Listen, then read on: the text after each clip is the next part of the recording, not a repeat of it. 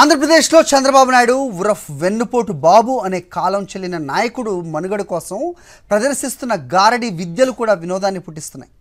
AI technology కాలంలో కూడా కనికట్టు టెక్నిక్ల దశను ఈ వృద్ధ నేత దాటలేకపోతున్నారు. ఈ తరహా బేసిక్ మోడల్ నాటు విద్యలనే బాబు చాణక్యాలు, బాబు చక్ర వ్యూహాలుగా ఎల్లో మీడియా ప్రచారం చేసి పెట్టింది. ఇప్పుడు కూడా ఎల్లో పిల్లి కళ్ళు మూసుకుని పాలు తాగే వ్యూహాలను అమలు చేస్తోంది. తాటాకు చప్పులను కూడా అణుబాంబు విస్ఫోటాలుగా ప్రచారం చేసే పనిలో ఎల్లో మీడియా నిమగ్నమైంది. మార్చి నెలాఖరులోగా ఆంధ్రప్రదేశ్లో ఎన్నికలు పూర్తి కావచ్చునని వినబడుతోంది. అధికారంలో ఉన్న వైఎస్ఆర్ కాంగ్రెస్ పార్టీకి ఈ రోజు వరకు కూడా 50% పైగా ఓటింగ్ బలం ఉంది. ముఖ్యమంత్రి రేటింగ్లో చంద్రబాబు అందుకోలేనంత దూరంలో జగన్మోహన్ రెడ్డి ఉన్నారు. ఆయనే మళ్లీ ముఖ్యమంత్రి కావాలని కోరుకుంటున్న వారు 58% మంది ఉన్నారు. ఇటువంటి క్షేత్ర వాస్తవికత గురించిన స్పష్టమైన అవగాహన టీడీపీ కూటమికి ఉంది. ఆయనను ఎన్నికల్లో గెలిచి తీరవలే. ఎలా? వీలైనన్ని ఎక్కువ పొత్తులు పెట్టుకుని తమ కూటమి బలాన్ని ఎంతో కొంత పెంచుకోవాలి. ఇదొక్కటే సరిపోదు. వైసీపీ ఓటింగ్ బలంలో కోత పెట్టాలి. ఈ రెండంచెల వ్యూహాన్ని చాలా కాలంగానే టీడీపీ పెద్దలు అమలు చేస్తున్నారు. చంద్రబాబు ఆశించే పొత్తులకు సైద్ధాంతిక ప్రాతిపదిక అవసరం లేదు. భావజాల సారూప్యత గురించిన చింతే లేదు. తనకు ఐడియాలజీలు లేవని ఆయనే ప్రకటించుకున్నారు. కమ్యూనిజం అంతరించిందని, టూరిజమే అసలైన ఇజమని ఓ దివ్య సందేశాన్ని కూడా ఆయన వెలువరించారు. అయినా సరే మన ఏపీ కమ్యూనిస్టుల్లో కొందరు ఎర్ర జెండాలను చంద్రబాబుకు వింజామరులుగా ఉపయోగించడానికి ఏ మాత్రమూ వెనుకాడరు. ఇదేమి సంబంధమో సామాన్యులకు అర్థం కాదు. అదో దేవరహస్యం. కోస్తా జిల్లాల్లో ఒక బలమైన సామాజిక వర్గంగా ఉన్న కాపులు చంద్రబాబుకు సహజ శత్రువులు. ఈ వ్యతిరేక ప్రవాహం తనను రాజకీయంగా ముంచేయకుండా ఉండటానికి పవన్ కళ్యాణ్ ద్వారా ఒక డైవర్షన్ స్కీమ్ను తయారు చేసుకున్నారు. తన అవసరాన్ని బట్టి ప్రభుత్వ వ్యతిరేక ఓటు చీలకుండా ఉండేందుకో, చీలడం కోసమో ఈ డైవర్షన్ స్కీమ్ను ఆయన వినియోగిస్తాడు. ఆయన ఏర్పాటు చేసుకున్న పార్టీయే గనుక తెలుగుదేశం పొత్తు కోసం నిలబడే తొలి పార్టీ జనసేన. అదొక్కటే సరిపోదు, బీజేపీ కూడా తోడు రావాలి. 5 ఏళ్ల కింద ఎన్నికలు ముగిసిన మరుసటి రోజు నుంచే చంద్రబాబు బీజేపీతో సయోధ్య ప్రయత్నాలు మొదలుపెట్టారు. సీఎం రమేష్, సుజనా చౌదరి, టీజీ వెంకటేష్ వగైరా పలువురు నాయకులను ఢిల్లీ లాబియింగ్ కోసం కమలం పార్టీలో ప్రవేశపెట్టారు. పవన్ కళ్యాణ్తో తాను పెట్టించిన పార్టీని ఎన్డీఏలో చేర్పించారు. పూర్వాశ్రమంలో తాను ఎన్డీఏలో ఉన్న కాలం నాటి కొందరు సావాసగాళ్ల తోడ్పాటును కూడా పొందుతున్నారు. బీజేపీ వాళ్ళకి కూడా ప్రతి రాష్ట్రంలో ఎన్డీఏకు ఎన్నో కొన్ని సీట్లు రావాలని ఉంటుంది గనక తమ పొత్తుకు అంగీకరించక తప్పదని తెలుగుదేశం అంచనా. రాష్ట్ర బీజేపీ అధ్యక్షురాలిగా పురంధేశ్వరిని నియమించేలా చంద్రబాబు కూటమి పావులు కదిపింది. అధ్యక్ష బాధ్యతలు స్వీకరించిన తొలి రోజు నుంచి బాబు అప్పగించిన మిషన్ పైనే ఆమె పని చేస్తున్నారు.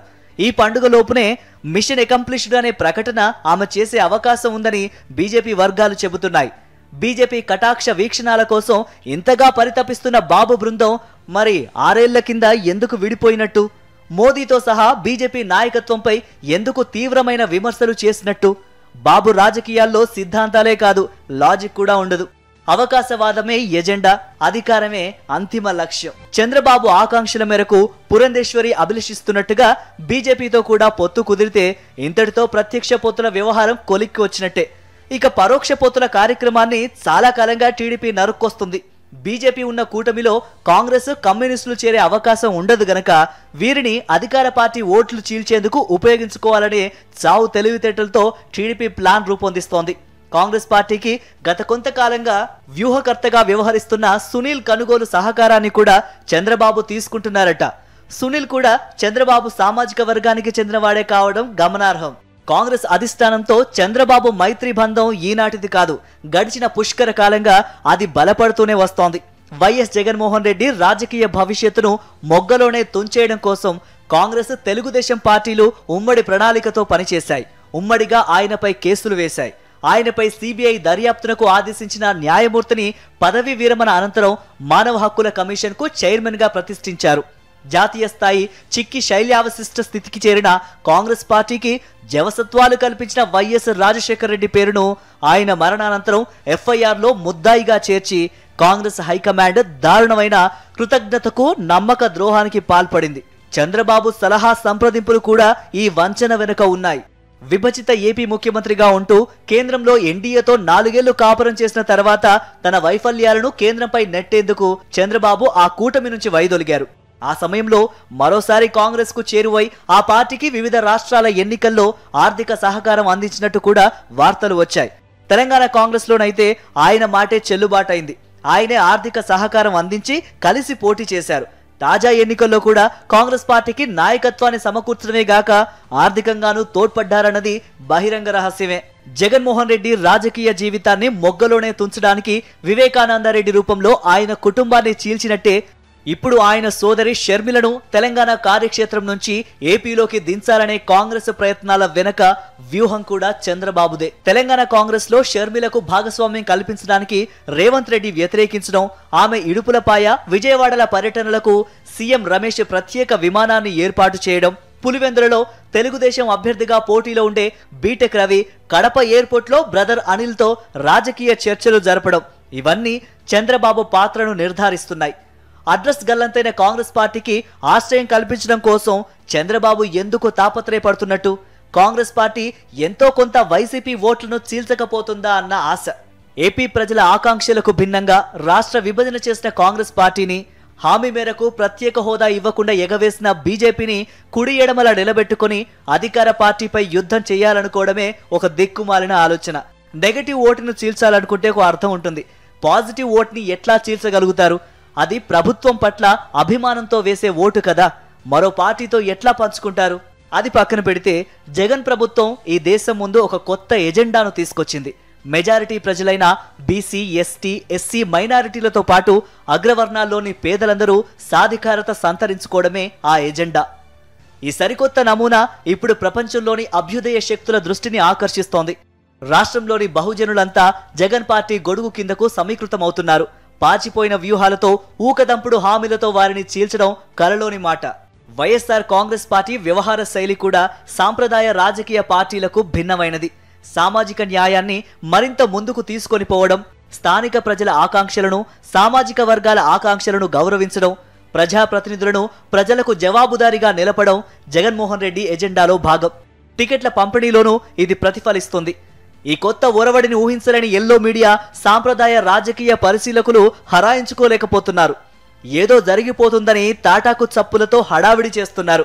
జగన్మోహన్ రెడ్డి మాత్రం కూల్గా తన పనిని తాను చేసుకుంటూ వెళ్తున్నారు. ఎల్లో మీడియా సంగతి తెలిసిందే. అది చేసే గోబెల్స్ గ్రేట్ గ్రాండ్ ఫాదర్ తరహా దుష్ప్రచారం సంగతి తెలిసిందే. చంద్రబాబు పరిపాలనలో అభివృద్ధి అంతరిక్షాన్ని తాకిందని, జగన్మోహన్ రెడ్డి దాన్ని పాతాళంలోకి తోసేశారని రాయని రోజే లేదు.